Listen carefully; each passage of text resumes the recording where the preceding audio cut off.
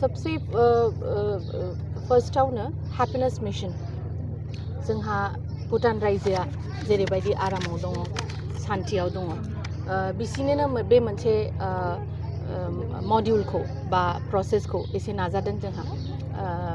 प्रमोद बर' सारा दा जोबोद मोजां मोनसे खामानिखौ मावफुंबाय बा मावनोबो आखायाव लाबाय आरो हैप्पीनेस मिशना अलरेडि बयबो मिथिगौ जोङो स्टार्ट जाबाय जिहेतु जथेस्थ प्रग्राम सोलिगासिनो दङ दा जोङो सानो बे हैप्पीनेस प्रग्रामजों जथेस्थ जोङो मोनसे खुसि परिबेस जोङो खालामनो हागोन होननानै जों मिजिंथिदों आरो अलरेडि जथेस्थ जाखाबाय जों बयबो नुनो मोनदों जेरै जोङो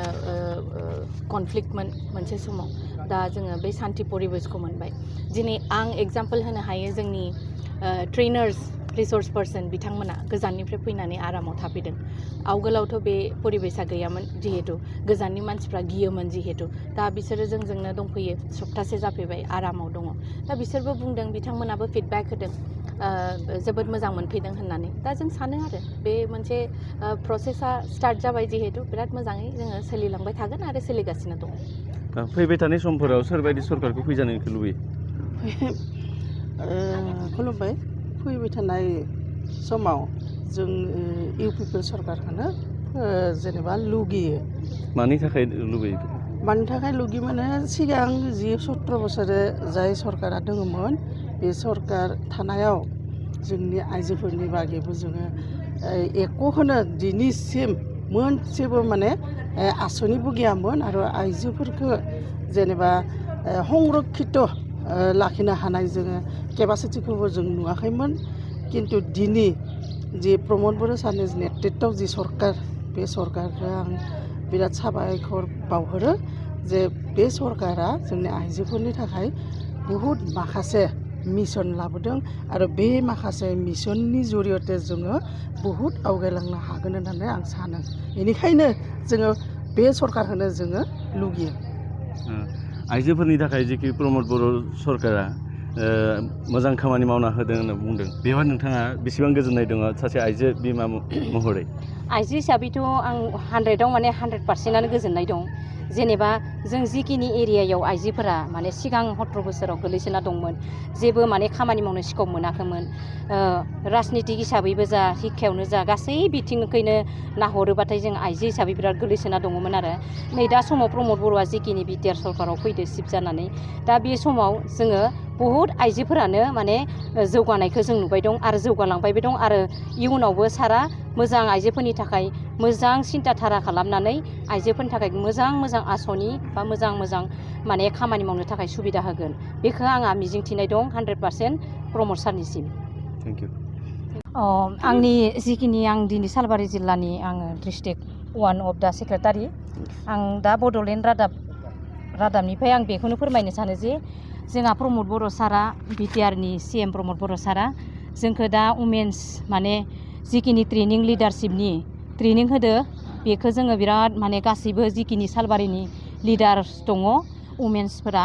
जा जों ई ट्रेनिंखौ लानानै बहुद साक्सेसफुल जाबाय होननानै जोङो माने गोसोआव जों गासैबो गोजोननाय मोनदो मानो होनबा जों दिनै बेखिनि ट्रेनिंखौ लानानै जोंहा गोबां माने गासैबो जोङो गोबां माने जोङो एक्टिभ जादो मानो होनोबा जोङो जिखिनि फैगौ इलेक्सन समाव जों खामानि मावनो थाखाय बेखिनि ट्रेनिंखौ जों लानाय जादोंमोन दा जों जिखिनि प्रमोद बर' सारादि जोंखौ बेखिनिखौ जोंनि माबा खामानि मावनायाव जोंखौ ट्रेनिं होनायाव बिराद बेफोरबायदि हेल्प खालामनायनि थाखाय जोङो गोबां गासैबो कर्मि हिसाबै सालबारि हिसाबै जोङो रोजा प्रमोद सारनिसिम जों गासैबो वुमेन्स हिसाबै जोङो सारनिसिम गोजोननाय बा साबायखर बावहरनाय जाबाय मा बिथिंखौ लानानै प्रमोद बर'खौ मोजां मोनो बा प्रमोद बर' दैदेननाय सरकारखौ मोजां मोनो जोंनि मोजां मोननाया बेनो जे जों कर्मि हिसाबै जोङो दा जिखिनि जोङो बिटिआरआव जिखिनि जोङो सरकार 5 बोसोर दानो हादो जों बे 5 बोसोराव जोंहा गोबां स्टुडेन्टआनो जा गोबां जोङो रायजो राजानि गोरिब गुन्द्रानि थाखाय बा जोङो गोबां माने बिदिनो बेमारि गोलैनानै थानाय जों गासैबो बिथिंखौ नायनानै जोङो दिनैयो जोंहा प्रमोद बर' सारा जोंखौ गासैयावबो जोंखौ बर'नि जिखिनि बा गुबुन हारिनि जिखिनि गोलैसोनानै थानाय गामि बेफोरखौ जोंनि बिटिआरआव बहुद हेल्प खालामबोबाय लोगोसे जिखिनि गाव सारा मावनो थांखि लानाय बे खामानिखौबो जों गोबाङैनो मावफुंलांनो हाबाय बेयाव जोंनि बर' रायजोफोरा गोबाङानो बा गुबुन हारिनि इन्टेलेक्सन गोरों सुबुंफोराबो गोबाङानो जोंहा प्रमद बर' सारखौ बाख्नायदो आरो जोङो जों कर्मि हिसाबै जों ओरैबायदि गोजोननाय मोनदो प्रमद बर' सारनिसिम जोनोमाव जोङो बेफोरबायदि माने जोंनि जिखिनि बिटिआरआव जेसेबां जोङो लिडार बेफोरबायदि गुड लिडार बा मोजां लिडारखौ जों नागिरनानै मोनाखैमोन जों दिनै कर्मि हिसाबै सारनिसिम बेखौनो बुङो बा रायजो राजायाबो गासैबो बेखौनो बुंगोन बेखिनि मेसेजखौनो होगोन जे प्रमद बर' बायदि दैदेनगिरिखौ जोंनो मोजां लिडारखौ जोङो अराय सम जोंनि बर'नि बा जोंनि गुबुन हारिनि गासैबो गोलैसोना थानाय गामियाव अराय सम प्रमद बर' सारखौनो जोंनो नांबाय थागौ होननानै जोङो भगबाननि गसाइनि खाथियावबो जों बेखौनो आर'ज गाबबाय थागोन जेब्लाबो जों प्रमद बर' सारखौनो जोंनो जेब्लाबो शिब महरै जोंनो नांबाय थागौ अराय सम जोंनि गोरिब गुन्द्राखौ नायफिनलांनो थाखाय अराय सम फरायनायाव गोलैसोना थानाय गोबां बिथिङाव गोलैसोना थानाय बेखौ बोखांलांनो थाखाय बाथाय सोर हागोन जोंनि गेजेराव बिटिआरआव होनोब्लाथाय जों प्रमद बर' सारानो जोंनि थाखाय गसायदो समान बिनि गोसो गोरबोआ अराय सम माने मावफुंलांबाय थागोन बेखौ जों नुहुरदो आरो नैबे समाव आं सोंनो नागिर आं दा मुसलपुर जिल्लानि आफादगिरि जानानै वमेन्स उइंसनिफ्राय बुंदों जोंनि बे ओरैनो प्रमद बर' सारखौ जोङो माखासे साबायखर बावदों आरो आंनि गोसो सिंनिफ्रायबो माखासे साबायखर बावदों मानो होनबा नैबे बिथाङा 5 बोसोराव जोंनो सानस'हायै खामानि मावदों जेरैहाय आइजोफोरनि थाखायबो माखासे आसनि होदों बिथाङा जेरैहाय अरुणादय जेरैहाय रेशन कार्ड जेरै उज्ज्वला गेस आरो बायदेव आसनि आरो माखासे माने आसनिखौ जों माने दा गासैबो मुंखौनो जोङो बुंजोबनो हायाखै अब्लाबो जेरैबायदि बिथाङा मावदोंमोन बै समाव बिपिएफ सरकारा बेफोरबायदि मोनफा मोनफा आसनि नाम गैयामोन जोंनियाव फिसा आसनिबाबो जायखिजाया आसनियानो माने मोनफा मोनफा नाम दं जेरैहाय बांसिन जोंनि आइजो माहारिनि थाखाय माइनाव सोरां बिथांखि मोनसे आसनि लाबोदों बिथाङा 25,000 बिथाङा होगासिनो दङ आरो होबायबो थागोन आरो होबावगोन आरो बिनि थाखायनो बे जोंनि बे माइनाव सोरां बिथांखिखौ होनायजों लोगोसे जोंनि बे आइजो माहारिया गाव गावनि गथखौ माबायदि आवगायलांनो हागोन माबायदि थुलुंगा खालामनानै माबायदि खामानि मावनानै माने जि दानाय आरो बायदि मैयाय वेर बेग खालामनाय आरो अमा फिसिनाय बिनि फैसाजोंनो माने माखासे बिनि रांखान्थिजोंनो माखासे माने आइजो माहारिफोरा माने डेभेलप खालामनो हादों आरो आं बुंनो नागिरदों बिथाङा बेल' आसनि नङा आरो माखासे IBSबो होदों दा नैबे जोंनि मुसलपुर समस्तियावबो IBSनि मोनसे खामानि मावदों आरो मावगासिनोबो दङ जेरैहाय लामा सामा आगोलाव माने लामा हान्थिनायनि थाखायबो ओरैबायदि गाज्रि मोनसे हान्था मेलानि थाखाय जोङो गारि मथर खारनो हायाखैमोन दा एबारनि बेलायाव मोनफ्रोमबो गामियावनो फिसा खामानियाव लामायाव माने ओरैबायदि साखोन सिखोन जाबोनो हमदों सेन्ट्रेल बेल होगासिनो दङ आरो ओरै ब्लकबो जाबगासिनो दङ माने मोनफ्रोमबो गामियावनो माने थाबायनानै आरो गारि मथरजों माने खारनायनि मोनसे जोंहा हान्था मेलाया जादों आरो दा मोनफ्रोमबो लामायावनो माने दालां अभार ब्रिज बानायगासिनो दङ बिथाङा आरो ओरैनो जोंनि बे नैबे थांनाय IPS APSC डक्टर इन्जिनियार फरायनो थाखायबो 50 जन माने